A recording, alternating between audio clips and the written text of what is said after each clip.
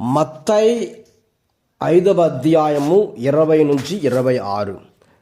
ధర్మశాస్త్ర బోధకుల కంటే పరిసయ్యుల కంటే మీరు నీతిమంతమైన జీవితము జీవించిననే తప్ప పరలోక రాజ్యమున ప్రవేశింపరని చెప్పుచున్నాను.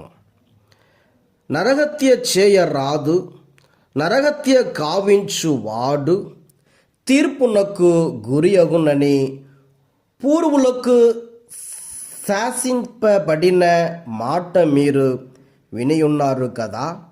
నేను ఇప్పుడు మీతో చెప్పున్నదేమనగా, తన సోదరునిపై కోపపడువాడు తీర్పునకు గురియగును. అదే విధముగా తన సోదరుని వ్యర్థుడా అని అవమానపరచిన వాడు న్యాయ సభ ముందుకు తేబడును. తన సోదరుని మూర్ఖుడా అని అనువాడు నరకాగ్నిలో మ్రగ్గును.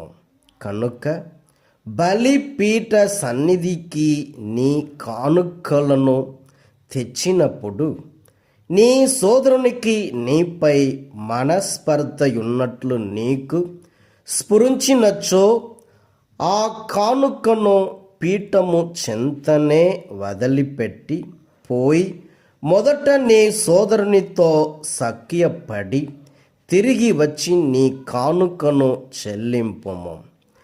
నీ ప్రతివాదితో నీవు త్రోవలో ఉండగానే అతనితో సత్వరము సమాధానపడుము. లేనిచో నీ ప్రతివాది నిన్ను న్యాయవాదికి అప్పగించును, న్యాయాధిపతి నిన్ను పరిచారకునికి అప్పగించును.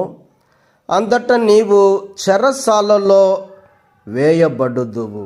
నీవు చెల్లింపవలసిన రుణములో కడపటి కాసు చెల్లించు వరకు నీవు చెరసాలలోనే ఉందువని నొక్కి వక్కాణించుచున్నాను.